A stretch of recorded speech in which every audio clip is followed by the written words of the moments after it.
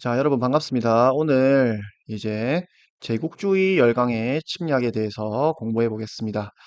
제국주의라는 말은 여러분이 잘 못 들어봤을 것 같은데, 음, 우리가 일제식민시대 이렇게 말 많이 하죠. 일제식민시대. 이게 바로 일본 제국주의를 줄인 말입니다. 이 제국주의라는 것이 유럽에서 시작된 어떤 나타난 정책이지만 이게 일본도 이런 제국주의를 받아들임으로써 이제 우리나라에 큰 영향을 미치게 된 어떤 사건이죠. 오늘 한번 제국주의가 어떻게 등장했고 어떤 과정을 거쳐서 이제 다른 나라를 침략하게 됐는지 알아보겠습니다. 이 제국주의는 유럽에서 처음 시작된 겁니다. 우리 이때까지 배웠던 이제 국민국가 건설운동 이제 배우고 있었죠. 이제 정치적으로 시민혁명이 일어나서 어떤 국민의 뜻이 정치에 반영되는 시스템을 이제 만들어가는 거 배웠고, 이제 저번 시간에 또 산업혁명을 통해서 이제 어, 인간들이 어떤 어느 정도 대량 생산하는 이런 사회에 들어서게 되었고, 자본주의라는 체제가 들어서게 되었다라는 거 배웠습니다. 자, 자본주의라는 건 여러분, 이제 나의 어떤 투자를 통해서 더 많은 이득을 벌어들이는 이런 활동을 보장하는 것을 자본주의라고 하죠. 자, 그러니까 인간은 돈을 더 많이 벌기 위해서는 최소한으로 비용을 들여야 되고 최대한으로 이득을 뽑아내야 됩니다. 자, 그러면 어떻게 해야 이 최소한의 비용으로 최대의 이득을 거둘 것인가? 이게 바로 제국주의의 시작입니다. 자, 일단 이제 자본주의가 점점 산업혁명 이후로 자본주의가 점점 발달한다고 했었죠? 자, 우리가 수많은 공장이 지어지고 물건을 대량 생산합니다. 자, 그러면 대량 생산할 때 이제 어떤 제품을 만들 때는 이제 원료가 필요하죠? 자, 그다음에 노동력이 필요합니다. 자, 그러면 이 원료 들어가는 기본 원료와 이 노동력을 최소한의 비용으로 구해야겠죠.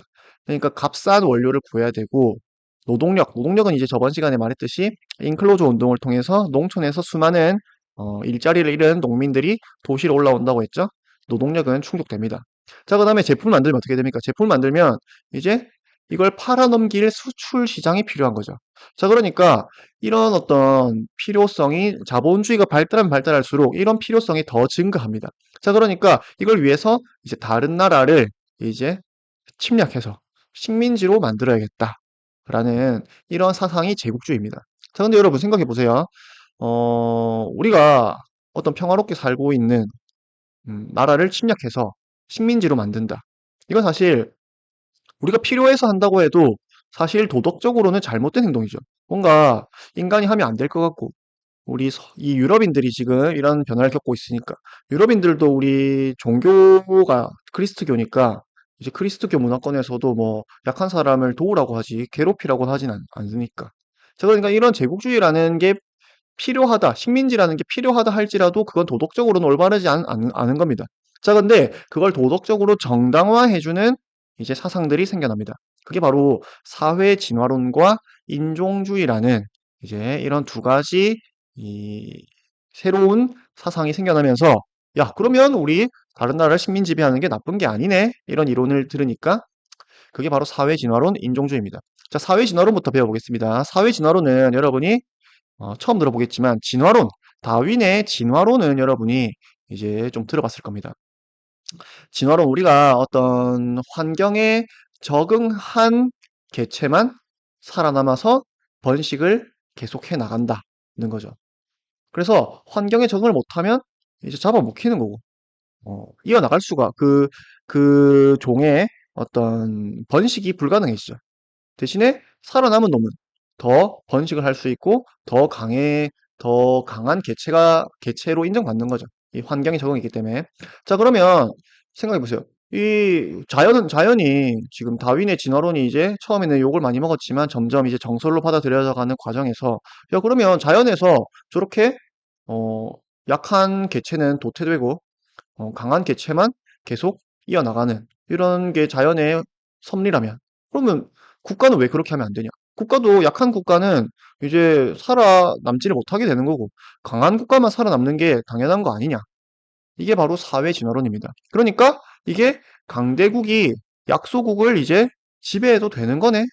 어, 그게 자연의 법칙이니까. 인간도 그렇게 돼도 되는 거니까 이걸 이제 사상적으로 제국주의 침략을 이제 정당화해 주는 거죠.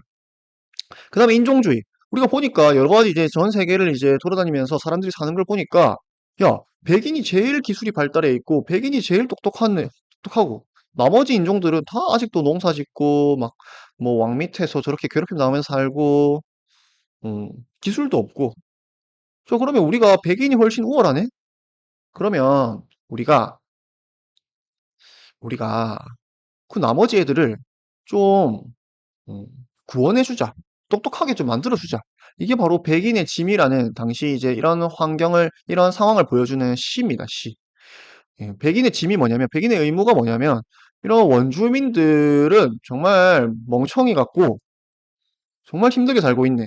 근데 우리가 얘네들을 좀 똑똑하게 만들어주고, 사회를 좀 발전시켜주자는 겁니다. 우리 보길 때는 굉장히 잘못된 생각이죠. 음. 자, 그래서 이런 백인에 대한 우월감을 표출하면서, 자, 우리가 그러면 지네들을 괴롭히러 가는 게 아니라, 바로 좀 발전시켜 주러 가보자. 그래서 당시 영국을 이제 풍자하는 그림입니다. 이제 문어발처럼 온 어떤 국가에 다 발을 뻗어서 식민 지배하려는 어떤 탐욕스러운 우리가 보통 영국 하면 영국 신사 이런 말 많이 하죠. 그렇지만 이런 살집 모습이나 이런 문어발 같은 모습을 볼 때 굉장히 탐욕스러운 어떤 영국의 어떤 모습을 풍자하고 있는 이제 모습을 볼 수 있습니다. 자, 그래서 이제 이런 두 가지 사회 진화론 인종주의가 등장하면서, 야, 다른 나라 침략하는 게 아니라 좀 도와주러 가는 거네. 발전시켜 주러 가는 거네. 이제. 그럼 약한 나라는 우리가 없어도 되는 거니까. 이런 생각이 점점 이제 퍼지게 되면서 이제 식민 지배가 정당화되어 가는 거죠. 그래서 이런 침투 과정을 보면 제일 먼저 일단 선교사, 바로 크리스트교를 전파하는 이 선교사들이 먼저 파견됩니다. 그래서 이 사람들이 가서 이제 원주민들의 어떤 언어도 가르치고 이제 예수님의 가르침도 가르치면서 이제 여기 식민지가 어떤 곳인지를 파악하는 거죠. 그럼 이 사람들을 통해서 이제 이 국가는 여기 이런 곳이 있고 여기에는 이런 어떤 원료가 생산되는 곳이고 이런 것들을 파악하는 겁니다. 그리고 이제 회사가 진출하는 거죠. 자, 그래서 영국에서는 이제 동인도 회사라고 하고, 일본에서는 동양척식 주식회사.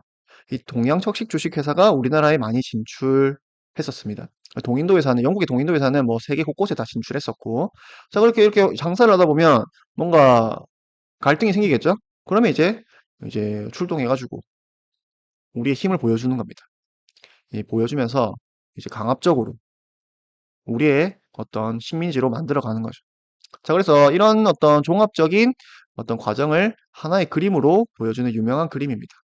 이제 이 옆에 종교를 전파하는 선교사는 이제 이렇게 종교 내용을 읽고 있죠. 근데 옆에 보면 이제 이 흑인은 아주 고통을 겪으면서 황금을 이렇게 뽑아내고 있는 겁니다.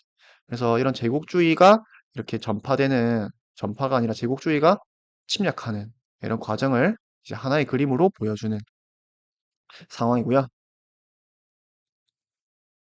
자, 그래서 이제 유럽에서 제일 가까운 이제 아프리카 이런 곳으로 이제 진출하기 시작합니다. 근데 여러분 한번 생각해 보세요. 이 탐나는 굉장히 갖고 싶은 식민지는 사실 한정되어 있습니다. 뭔가 물건이 좋은 원료가 많이 나고 많이 생산되고 또 인구도 많아가지고 또 상품 판매하기도 좋은 그런 곳은 아주 한정되어 있죠. 세상 모든 물건이 갖고 싶은 건 사실 한정되어 있죠. 그러니까 이 제국주의 국가들이 서로 이제 먼저 여기를 차지하는 것이 서로 경쟁이 되어 갑니다. 어, 여기를 빨리 점령해가지고 여기 아무도 없지? 아무 유럽 국가들 진출 안 한 곳이지? 그럼 여기 내 거다! 하면서 빨리 가서 이제 식민지로 만들어 버리는 거죠. 자, 그래서 당시 아프리카들의 모습을 보면 굉장히 서로 유럽 국가들끼리 서로 나눠 가지는 모습을 볼 수 있고, 특히 지금도 아프리카 국경선이 보면 굉장히 자로 그은 것처럼 되어 있죠. 다 자기들끼리 경쟁하면서 싸우다가 야, 우리 싸우지 말고 서로 나눠 가지자 그냥. 그래서 이 지도에다 대고 좌대고 선을 그어서 여기까지 네 거, 여기선 내 거. 이런 식으로 나눠 가지는 겁니다. 마치 여기 살고 있는 원주민들은 생각도 안 하고 자기들의 욕심 때문에 이제 나눠 가지는 거죠. 자, 특히 이런 경쟁을 가장 대표적으로 보여주는 게 이 영국과 프랑스입니다. 영국은 어떤 정책을 펼쳤냐면 영국은 이 이집트에 있는 여기 수에즈 운하를 굉장히 중요시 여겼습니다. 왜냐하면 영국의 가장 중요한 식민지가 바로 여기 지도에 안 나오지만 여기 오른쪽에 있는 인도입니다. 인도. 근데 인도를 가려면 이 아프리카를 항상 돌아가야 되는 게 가장 큰 문제죠. 근데 바로 여기 수에즈 운하를 통하면 배길이 훨씬 더 빠른 길로 왔다 갔다 할 수 있게 되는 거죠. 그래서 영국이 이집트를 굉장히 중요하게 여깁니다. 그리고 이 이집트와 이 남아프리카 공화국을 연결하는 영국의 이 남북으로 이어지는 정책을 종단 정책이라 부르고 프랑스는 반대로 여기 알제리에서 마다가스카르까지 이렇게 동서를 연결짓는 정책을 펼칩니다. 이게 바로 횡단 정책입니다. 그래서 영국의 종단 정책과 이 프랑스의 횡단 정책이 서로 충돌하는 곳이 파쇼다라는 곳이고 이 충돌을 파쇼다 사건, 그래서 이 파슈더 사건은 이 제국주의 열강들의 어떤 경쟁, 이 충돌로 이어지는 대표적인 사건이 바로 파슈더 사건입니다. 그래서 이런 어떤 분위기를 여러분이 기억을 해둬야지만 나중에 다음 단원에 배울 제1차 세계대전을 이해할 수 있습니다. 이렇게 제국주의 열강들의 식민지 다툼이 나중에 제1차 세계대전으로 연결됩니다.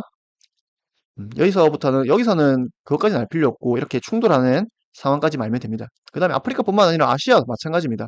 아시아도 영국, 뭐, 여기 지도 보면 나와 있지만, 인도네시아는 네덜란드 차지하고, 필리핀은, 원래 에스파냐가 차지했다가 미국이 뺏어버립니다. 그 다음에 베트남은 프랑스 거, 서로 다 나눠 가지는 거죠. 이런 식으로. 나중에 우리나라도 일본의 식민지가 돼야죠. 음, 이런 어떤 유럽인들의 제국주의 침략을 보고 일본도 똑같이 따라합니다.